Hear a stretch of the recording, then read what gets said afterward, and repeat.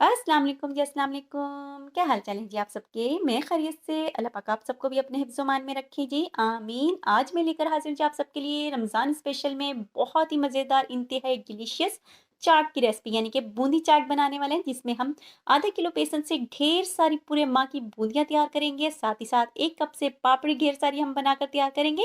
यानी कि चाट के तमाम इंग्रीडिएंट्स हम बहुत कम इंग्रीडिएंट्स में घर में ही बनाने वाले हैं, जो कि जिससे चाट हम बनाएँगे बहुत ही मज़ेदार टेस्टफुल सी, जिस तरह की बाज़ार में भी नहीं मिलती होगी, इतनी ये मज़ेदार बनकर तैयार होगी। तो इस रेसिपी को मेरे तरीके से एक बार लाज़मी ट्राई कीजिएगा। यकीनन ये रेसिपी आपको बहुत पसंद आएगी। तो चलें जी, रेसिपी स्टार्ट करते हैं। जिसके लिए सबसे पहले यहाँ पे ले लिया जी हम पापड़ी की तैयारी करते हैं। 1 कप मैदा लिया है, हाफ टी स्पून या फिर हस्बे ज़रूरत नमक लिया है। साथ ही साथ हाफ टी स्पून यहाँ पे अजवाइन डालेंगे ताकि बादीपन ना करे और टेस्ट में भी मज़ेदार सी लगे। साथ ही हाफ टेबल स्पून और यहाँ पे मैंने ऑयल लिया था, कुकिंग ऑयल, और हाफ टेबल स्पून यहाँ पे मैंने डालडा घी लिया था। इससे जो पापड़ी है ना अकड़ती नहीं है, यानी क्रंची और क्रिस्पी तो बनेगी लेकिन अकड़ेगी नहीं।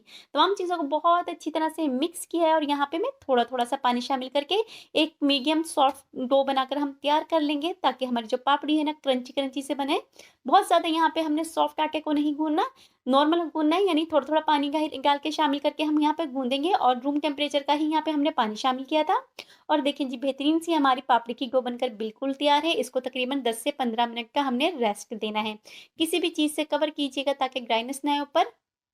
यहाँ पर मैंने जी प्लास्टिक रैप में करके रख दिया था, ताकि अब मौसम बहुत ज़्यादा ड्राई है तो इससे पे अच्छी तरह से ड्राईनेस भी ना आए और ये अच्छी तरह से राइस भी हो जाए, यानी कि इसको रेस्ट मिल जाए, जिससे इसकी जो पापड़ी है ना बहुत अच्छी सी बनकर तैयार होगी।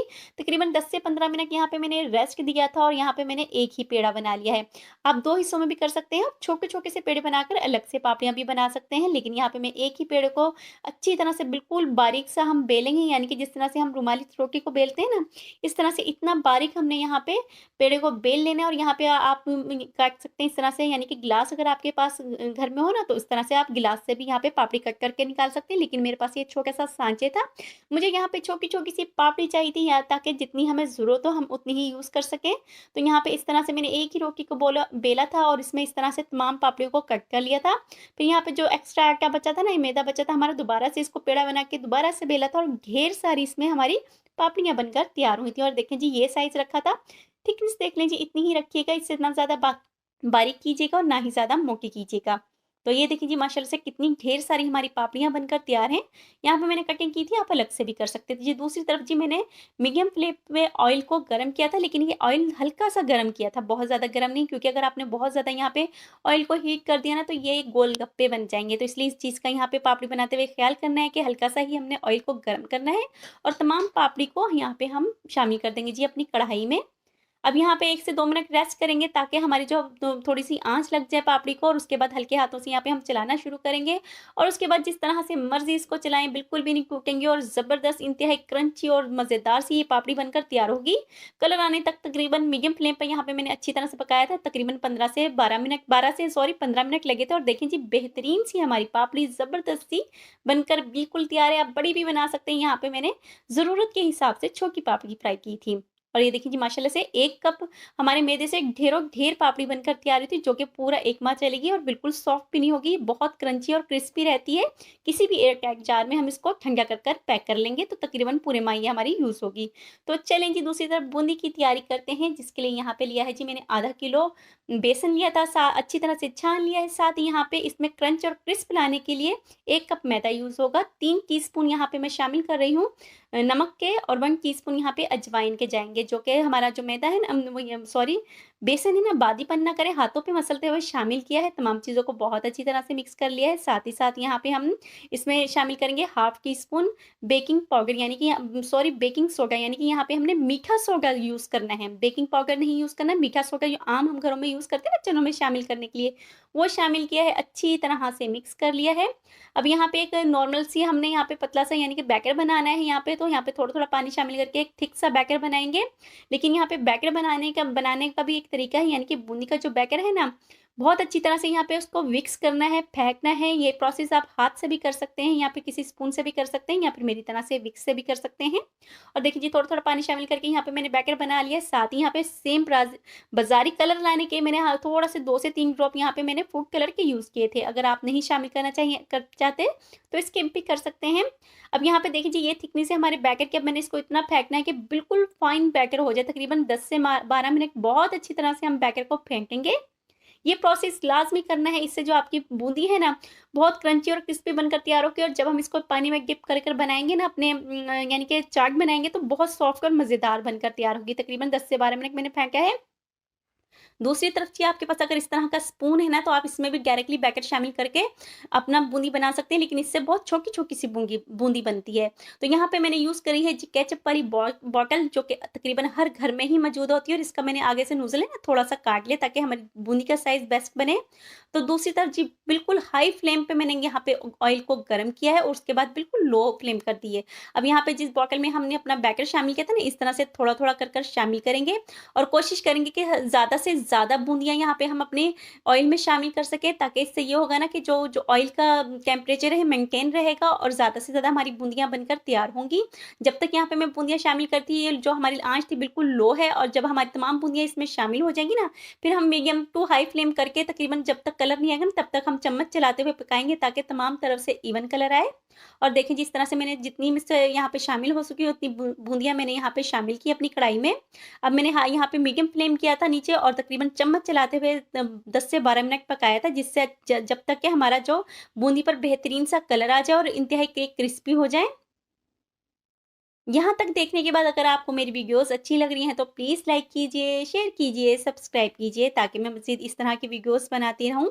और देखिए जी इस तरह से लाज़मी चम्मच चलाना है ताकि जो हमारी बूंदी पे कलर है ना बेहतरीन। अगर आप चम्मच नहीं चलाएँगे ना मुस्तकिल तो यहाँ पे कलर कहीं से डार्क हो जाएगा और कहीं से लाइट आएगा, तो इस तरह से जो हमारी बूंदी है ना क्रिस्प नहीं रहेगी, हम सेव नहीं इसको कर सकेंगे। यानी कि इसको हमने पूरे माह के लिए सेव करना है तो बहुत अच्छी तरह से क्रिस्प होनी चाहिए, मॉइस्चर बिल्कुल भी नहीं होना चाहिए। और देखिए जी बेहतरीन सा कलर आ चुका है। तो यहाँ पे अपने स्कैनर में हम निकाल लेंगे डायरेक्टली।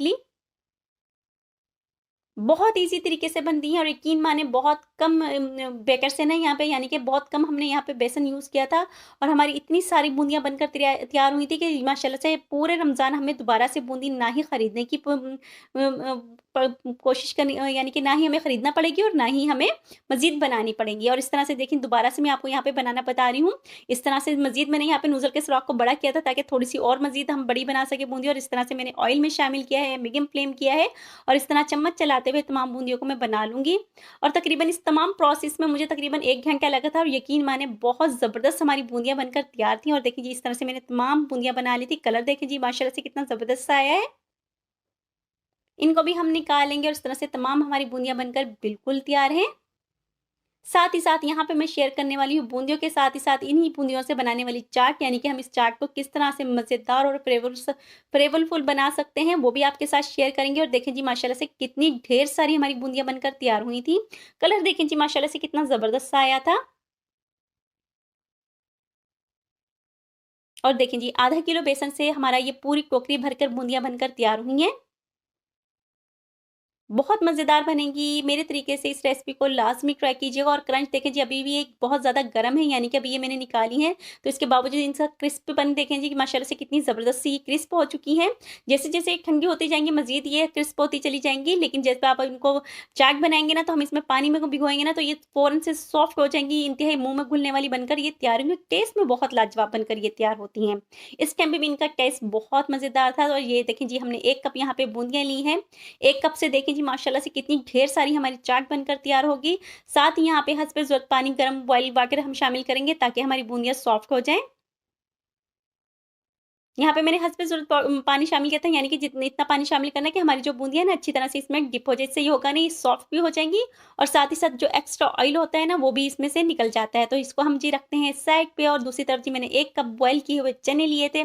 साथ ही जो हमने बूंदियाँ अभी पानी में भिगोई थी उनका पानी तमाम निकाल दिया, वो शामिल किए, मिक्स कर लेंगे ताकि इनका टेम्परेचर मेंटेन हो जाए, यानी कि रूम टेम्परेचर पर आ जाए, ताकि हम इसमें सैलेड का सामान अपना शामिल कर सकें। तो अच्छी तरह से मिक्स किया है ताकि अच्छी तरह से ये रूम टेम्परेचर पे आ जाए। जी, दूसरी तरफ मैंने दही लिया था 1 कप, इसको बहुत अच्छी तरह से फेंट लिया था, ये शामिल कर दिया है। दही आप अपने हिसाब से भी शामिल कर सकते हैं और यहाँ पे वेजिटेबल भी आप अपने हिसाब से शामिल कर सकते हैं, कौन-कौन सी आपने शामिल करनी है। यहाँ पे मैंने स्लाइस किया हुआ प्याज़ शामिल किया था, टमाटर शामिल किए थे, साथ ही साथ यहाँ पे हमने खीरा शामिल किया था, हस्बे ज़रूरत यानी कि जितनी आपको ज़रूरत हो उतनी आप यूज़ कर सकते हैं और साथ ही यहाँ पे मैंने बंद गोभी बिल्कुल फाइन सी चॉप कर कर शामिल की थी। मज़ेदार सा टेस्ट लाने के लिए यहाँ पे हमने शामिल की थी 3 से 4 हरी मिर्चें मोटे वाली, हाफ टी स्पून यहाँ पे मैंने शामिल किया था जी कुटी हुई सुर्ख मिर्च को, हस्बे ज़रूरत नमक शामिल करेंगे और साथ ही साथ यहाँ पे मैंने चाट मसाला यानी कि सॉरी यहाँ पे मैंने यानी कि चाट मसाला ही होममेड शामिल किया था जो कि मैंने घर पे बनाया था और साथ ही half tea spoon chaat masala बाज़ारी शामिल किया था और हाफ टी स्पून ही यहाँ पे भुना हुआ कूटा हुआ ज़ीरा शामिल किया था। बस यही इंग्रीडिएंट्स इसमें जाते हैं और तमाम चीज़ों को बहुत अच्छी तरह से मिक्स कर लेंगे। देखिए जी माशाल्लाह से बूंदियाँ बनी तैयार हो, पापड़ी बनी तैयार हो और इस तरह से चाट बनाना कितना आसान है कि सिर्फ़ आप वेजिटेबल शामिल करें और देखिए बेहतरीन सी हमारी मज़ेदार सी सिर्फ़ 1 कप बूंदियों से ढेरों ढेर चाट बनकर बिल्कुल तैयार है। खूबसूरत सा कलर लाने के लिए यहाँ पे आप ग्रीन चटनी भी शामिल कर सकती हैं, लेकिन मैंने यहाँ पे धनिया और पुदीने को बिल्कुल फाइन सा चॉप कर शामिल किया था, इससे ना आपकी चाट का कलर ख़राब नहीं होता। तो तमाम चीज़ों को बहुत अच्छी तरह से मिक्स कर लिया है। सर्व करते हुए यहाँ पे हम शामिल करेंगे जी पापड़ी, क्योंकि अभी से हमने अगर शामिल कर दी तो वो सॉफ्ट हो जाएगी। तो सर्व करते हुए ऊपर से शामिल कर दीजिएगा यहाँ पर इस तरह से जैसे मैंने यहाँ पे सर्व किया था, यानी कि इसीलिए मैंने छोटी-छोटी सी पापड़ी बनाई थी कि जिसने जितनी आप यूज़ करना चाहें ना उस तरह से यूज़ कर सकते हैं। तमाम मैंने चाट को यहाँ पे सर्विंग बाउल में निकाला था, साथ ही यहाँ पे होममेड या मैंने मीठी चटनी को यूज़ किया था। बहुत मज़ेदार और बहुत ही ईज़ी और डिलीशियस सी रेसिपी, एक बार इस रेसिपी को मेरे तरीके से लाज़मी ट्राई कीजिएगा। ये रेसिपी आपको बहुत पसंद आने वाली है, रमज़ान में ये बहुत मज़ा देती हैं इस तरह की रेसिपीज़। इसके साथ मुझे इजाज़त दीजिए, अल्लाह हाफ़िज़।